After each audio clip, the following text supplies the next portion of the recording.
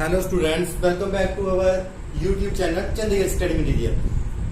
जैसे कि आपने कल की लेक्चर सीरीज में देखा था, हमने बायोलॉजी के unit second that is biological classification को स्टार्ट किया था। तो आज की लेक्चर में हम इसी चैप्टर को आगे प्रोसीड करेंगे। यहाँ पे हम बात की थी कि हम इस चैप्टर में 3 किंगडम के बारे में डिस्कस करेंगे, जिनमें 3 किंगडम में कौन कौन आता है, मोनीरा, प्रोटिस्टा एंड फंगी। तो आज हम पहले किंगडम को दैट इज किंगडम मोनीरा उसको स्टार्ट करने जा रहे हैं और उसके बारे में जितनी भी इंफॉर्मेशन आपको चाहिए होगी वो सारी हम यहाँ पे क्या करेंगे, डिस्कस करेंगे। तो सबसे पहले अगर हम किंगडम मोनीरा की बात करें तो मोनीरा में जो ऑर्गेनिजम्स आते हैं वो सारे ऑर्गेनिजम्स आपके कौन से हैं, प्रोकैरियोटिक है। उनमें कोई भी, जैसे अपने टैबुलर फॉर्म में देखा था, उनमें कोई भी ऑर्गेनेलिस नहीं होता है, उनमें न्यूक्लियस डेवलप नहीं होता है, कोई मेम्ब्रेन बोन स्ट्रक्चर प्रेजेंट नहीं होता है। तो मोनीरन्स के जो जनरल कैरेक्टरिस्टिक्स हैं वो तो आप टेबल फॉर्म से ही उसको सभी पॉइंट्स को लिख सकते हो। अब हैबिटेट क्या है, कौन कौन सी जगह पे ये जो मोनीरन्स है ये पाए जाते हैं, तो ये भी हमने देखा था, can be found in all possible condition, heat and cold. जब मैंने आपको 6 किंगडम में बारे में बता रहा था, वहां पे मैंने आपको 2 टाइप बताई थी मोनीरा की, that is Archie bacteria, you bacteria. तो हमने बात की थी एक मॉडर्न बैक्टीरिया और एक ओल्ड बैक्टीरिया, और ये हर तरह के क्लाइमेटिक कंडीशंस में पाए जाते हैं। तो यहाँ पे वही पॉइंट है, can be found in all possible conditions that is heat and cold. Can be endoparasite as well as free living, किसी की बॉडी के ऊपर भी डिपेंड कर सकते हैं या फ्री लिविंग भी हो सकते हैं, और इनको हम 2 ग्रुप्स में डिवाइड कर सकते हैं, जैसे आर्की बैक्टीरिया है, यू बैक्टीरिया, जो 2 ग्रुप्स इनके आ सकते हैं।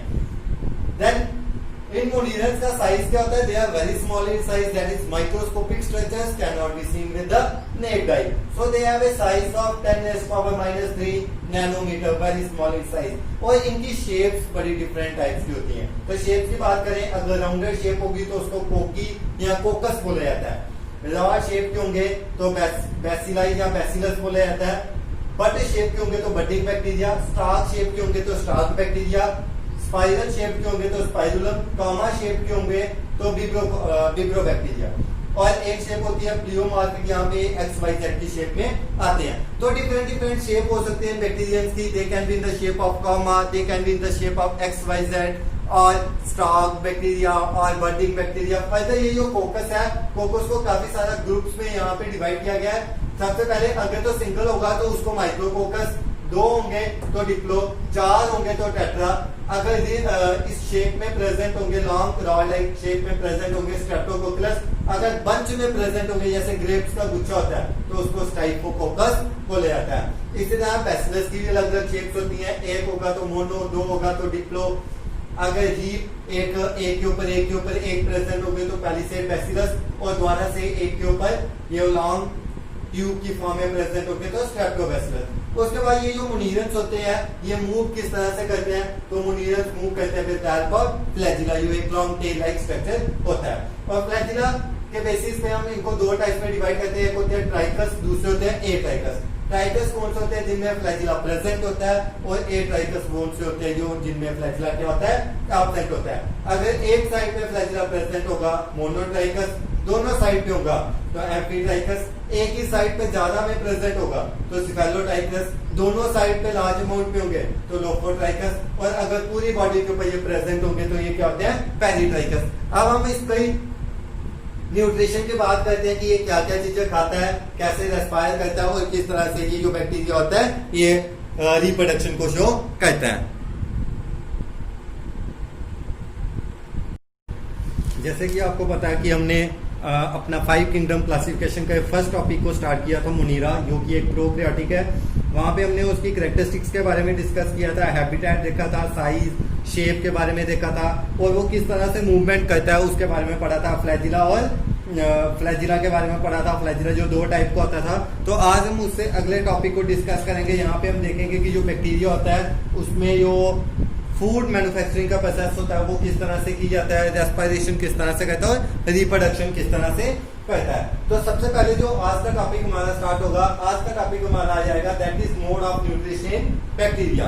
कि जो बैक्टीरिया होता है इसमें जो मोड ऑफ न्यूट्रिशन होता है, खाना बनाने का प्रोसेस होता है, वो किस तरह से होता है। तो आपको यहाँ पे क्लियरली दिखाई दे रहा होगा कि 2 चीजें लिखी हुई हैं कि जो न्यूट्रिशन होती है बैक्टीरिया में वो 2 प्रोसेस से होती है, ऑटोट्रॉफ भी होते हैं बैक्टीरिया और हेटेरोट्रॉफ भी होते हैं। इसका मतलब है कि अगर आपको कहीं पे मल्टीपल चॉइस में क्वेश्चन आता है कि वो बैक्टीरियंस है उनका मोड ऑफ न्यूट्रिशन कौन सा है, तो उनका मोड ऑफ न्यूट्रिशन क्या है, autotrophs as well as heterotrophs. अब ऑटोट्रॉप्स में कुछ बैक्टीरिया ऐसे होते हैं जो फोटो ऑटोट्रॉप्स होते हैं और कुछ बैक्टीरिया ऐसे होते हैं जो कीमो ऑटोट्रॉप्स होते हैं।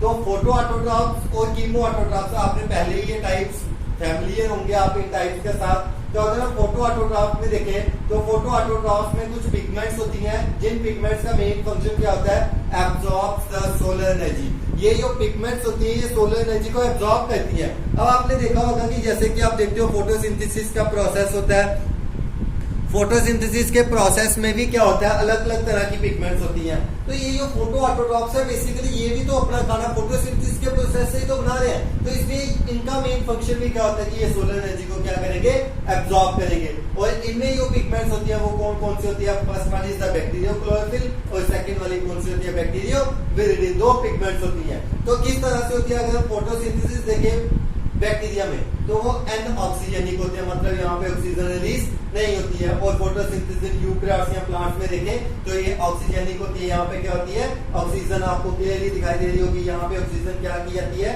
यहाँ पे ऑक्सीजन रिलीज की जाती है जो ह्यूमन बींग्स कंज्यूम करते हैं। तो ये फोटोसिंथेसिस में बैक्टीरिया होती है, वहां पे कार्बन डाइऑक्साइड किसके साथ कंबाइन कर जाता है, इंस्टेड ऑफ वाटर ये हाइड्रोजन सल्फाइड के साथ कंबाइन कर जाता है। ग्लूकोज तो बनता है उनके पास पर साथ में सल्फाइड निकलती है जो हमारे काम की नहीं होती है। उसके बाद अगर हम फोटोसिंथेसिस यूकैरियोट्स या प्लांट्स में देखें तो वहां पे ऑक्सीजनिक है क्योंकि वहां पे क्या है, ऑक्सीजन रिलीज हो रही है। कार्बन डाइऑक्साइड यहाँ पे बिल्कुल वाटर के साथ जुड़ेगा और ग्लूकोज और ऑक्सीजन बनाएगा जो ह्यूमन बींग्स के लिए क्या है, एसेंशियल है।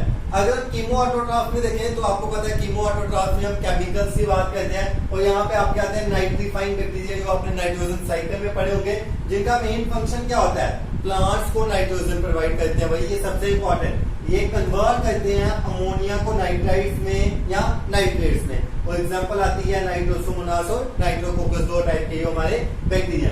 उसके बाद हेटेरोट्रॉप्स में कुछ बैक्टीरिया आते हैं। हेटेरोट्रॉप्स में बैक्टीरिया होते हैं पैरासिटिक जो दूसरे की बॉडी के ऊपर डिपेंड करते हैं, सिम्बायोटिक जो एसोसिएशन में रहते हैं। जैसे हमारा जो राइजोबियम बैक्टीरिया ये किसके साथ रहता है, ये रूट नोड्यूल्स जो होते हैं लेग्यूमिनस प्लांट्स वहां पे रहता है, दोनों एक दूसरे को बेनिफिट करते हैं। उस रिलेशनशिप को हम सिम्बायोटिक रिलेशनशिप बोलते हैं। और सैप्रोफाइट्स कौन से होते हैं जो डेटा एंड डिकेइंग मैटर के ऊपर फीड करते हैं। यहाँ पे एग्जांपल हमारी कौन सी आती है, क्लॉस्ट्रिडियम की एग्जांपल आती है।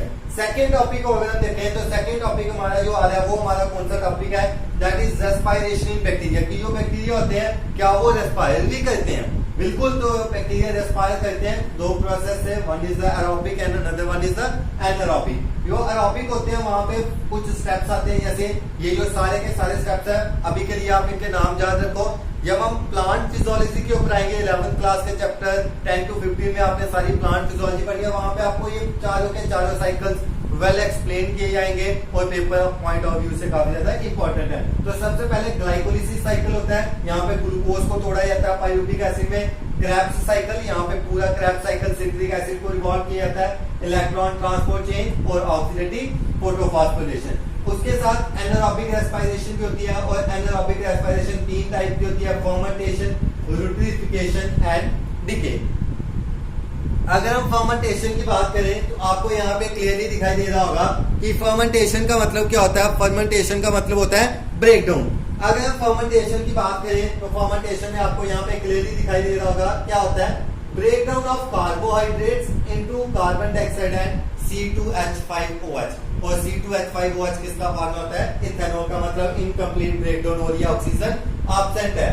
यूट्रिफिकेशन का मतलब प्रोटीन्स की ब्रेकडाउन होनी है, एनर्जी को रिलीज करना है। और डिके का मतलब होता है ऑर्गेनिक मटेरियल को ब्रेकडाउन करके एनर्जी को रिलीज करना है। तो इस तरह से आपने देखा कि ये रिप्रोडक्शन और जो हम अब अगला टॉपिक करेंगे रिप्रोडक्शन किस तरह से होती है। तो उससे पहले हम 2 टॉपिक को कंप्लीट कर चुके हैं, जिसमें हमारा पहला टॉपिक आया था न्यूट्रिशन। तो जो मोनिरल्स होते हैं वो ऑटोट्रॉफ्स होते हैं, हेटेरोट्रॉफ्स होते हैं। हेटेरोट्रॉफ्स में सिम्बायोटिक, पैरासिटिक और सैप्रोफाइट्स आते हैं और फोटो ऑटोट्रॉफ्स में कीमो ऑटोट्रॉफ्स और फोटो ऑटोट्रॉफ्स। उसी तरह रेस्पिरेशन में एरोबिक एंड एनारोबिक, एरोबिक में 4 स्टेप्स है, एनारोबिक में 2 स्टेप्स है। उसके बाद कुछ इंपॉर्टेंट डिफाइंस है जो मैंने आपको यहाँ पे लिख के दी है। सबसे पहला ऑब्लिगेट एरोब्स। ऑब्लिगेट एरोब्स कौन से होते हैं, ये वो माइक्रो ऑर्गेनिजम्स होते हैं जो ऑक्सीजन की प्रेजेंस में सर्वाइव करते हैं। ऑक्सीजन मस्ट है इनके लिए, जरूरी। Obligate anaerobes absence of oxygen, ये ऑक्सीजन की एब्सेंस में ही सर्वाइव कर सकते हैं। फैकल्टेटिव एरोब्स, इंपॉर्टेंट डिफाइंस है दोनों आपकी, facultative aerobes and facultative anaerobes. Facultative aerobes कौन से होते हैं? दे आर एनारोबिक, ये होते एनारोबिक है, पर अगर इनको ऑक्सीजन मिल गई जी सकते हैं, नो प्रॉब्लम। सेम जो फैकल्टेटिव एनारोब्स होते हैं ये भी एरोबिक होते हैं, पर ये किसकी एब्सेंस में सर्वाइव कर सकते हैं? ऑक्सीजन की एब्सेंस में सर्वाइव कर सकते हैं। इस तरह से आपने देखा कि हमने दो टॉपिक्स जो हमारे जनरल इंट्रोडक्शन मुनीरा के बाद हमने किए वो न्यूट्रिशन और रेस्पिरेशन। अब हम एक टॉपिक और कंप्लीट करेंगे मुनीरंस का, और उसके बाद फर्दर नेक्स्ट लेक्चर में हम प्रोसीड करेंगे किसकी तरफ? जो हमारा नेक्स्ट आएगा टाइप्स ऑफ मुनीरा। तो अब हम जिस टॉपिक को स्टार्ट करने वाले हैं वो हमारा कौन सा है? That is reproduction in bacteria. तो अब हमारा जो नेक्स्ट टॉपिक आएगा वो हमारा नेक्स्ट टॉपिक कौन सा आएगा? Next topic will be the reproduction in bacteria. तो ये नेक्स्ट टॉपिक आएगा, नेक्स्ट टॉपिक हमारा आएगा बैक्टीरिया में जो रिप्रोडक्शन होती है वो किस तरह से होती है। तो जो बैक्टीरिया में रिप्रोडक्शन होती है, जैसे आपको सामने दिखाई दे रहा होगा कि जो बैक्टीरिया में रिप्रोडक्शन होती है, बैक्टीरिया में रिप्रोडक्शन दो टाइप की होती है। जो दो टाइप की रिप्रोडक्शन होती है बैक्टीरिया में, उसमें जो आपकी फर्स्ट टाइप है वो आपकी कौन सी है? Asexual reproduction. और जो सेकंड टाइप है वो आपकी कौन सी है? Sexual reproduction. अब आप सभी फैमिलियर होंगे एसेक्सुअल और सेक्सुअल रिप्रोडक्शन से। सेक्सुअल रिप्रोडक्शन में एक्सचेंज ऑफ जेनेटिक मटेरियल होता है क्योंकि दो पेरेंट्स होते हैं, और एसेक्सुअल में एक्सचेंज ऑफ जेनेटिक मटेरियल नहीं होता है क्योंकि यहाँ पे सिंगल पेरेंट होता है। तो अगर आप एसेक्सुअल रिप्रोडक्शन को देख रहे हो तो एसेक्सुअल रिप्रोडक्शन में तीन टाइप से बैक्टीरिया रिप्रोड्यूस करते हैं। जो तीन टाइप है उसमें जो सबसे पहली दी गई है वो आपकी कौन सी है? Binary fission. तो बाइनरी फिजन क्या होती है? यहाँ पे हमारा जो जेनेटिक मटेरियल होता है वो फेवरेबल कंडीशन में रेप्लिकेट कर जाता है। जैसे हमारी बॉडी का जेनेटिक मटेरियल डीएनए होता है, जब इसको अपनी फेवरेबल कंडीशंस मिलेंगी तो ये अपनी फेवरेबल कंडीशंस में क्या करेगा? रेप्लिकेट करेगा। रेप्लिकेट करके ये दो में डिवाइड हो जाएगा। उसके बाद बाइनरी फिजन का आपको पता है यहाँ पे ऑर्गेनिजम्स दो में डिवाइड हो जाते हैं, result in the formation of two daughter cells. उसके बाद सेकेंड टाइप होती है एंडोस्पोर फॉर्मेशन। ये मोस्टली उस टाइम पे होती है जब कंडीशंस क्या होती हैं? अनफेवरेबल कंडीशंस होती हैं। और थर्ड टाइप है बडिंग, जो बड़ी ज्यादा रेयर टाइप है। तो मोस्टली जो बैक्टीरिया होते हैं वो पहली दो टाइप से ही रिप्रोड्यूस करते हैं। First is the binary fission and second one is the endospore formation. उसके बाद सेक्सुअल रिप्रोडक्शन में एक्सचेंज ऑफ जेनेटिक मटेरियल होती है। यहाँ पे पहला एक्सपेरिमेंटल ट्रांसफॉर्मेशन, यहाँ पे जेनेटिक मटेरियल दो बैक्टीरिया के बीच में ट्रांसफॉर्म हो जाता है। ये हम एक प्रैक्टिकल के थ्रू भी अंडरस्टैंड करते हैं। उसके बाद सेकेंड टाइप ट्रांसडक्शन, जिसको दो साइंटिस्ट ने दिया था, जिंगडन एंड लेडरवर्थ ने। इसमें क्या होता है? एक बैक्टीरिया से दूसरे बैक्टीरिया में तो जेनेटिक मटेरियल ट्रांसफर होता है, पर कोई चीज और होती है जो उसको मदद करती है, that is the bacteriophage. Bacteriophage का मतलब वायरस हेल्प करता है उसको ट्रांसफर करने में। और थर्ड होती है कंजुगेशन, जो लेडरवर्थ और टैटम ने हमें एक्सप्लेन की थी, जिसमें क्या होता है? जो एक्सचेंज ऑफ मटेरियल होता है, यहाँ पे भी दो बैक्टीरिया के बीच में जो जेनेटिक मटेरियल होता है वो एक्सचेंज होता है। तो इस तरह से हमने तीन टॉपिक्स मुनीरा की इंट्रोडक्शन के साथ जो हमारे तीन टॉपिक्स थे उनको कंप्लीट किया। नेक्स्ट लेक्चर में हम कोशिश करेंगे कि हम मुनीरा को क्या करें? फिनिश आउट कर दें। तो अगर आपको ये वीडियो अच्छी लग रही है तो लाइक, शेयर और सब्सक्राइब करें और बेल आइकन को प्रेस करें ताकि आपको आने वाली नोटिफिकेशंस का पता चल जाए। And thanks for subscribing and watching this video. Have a nice day.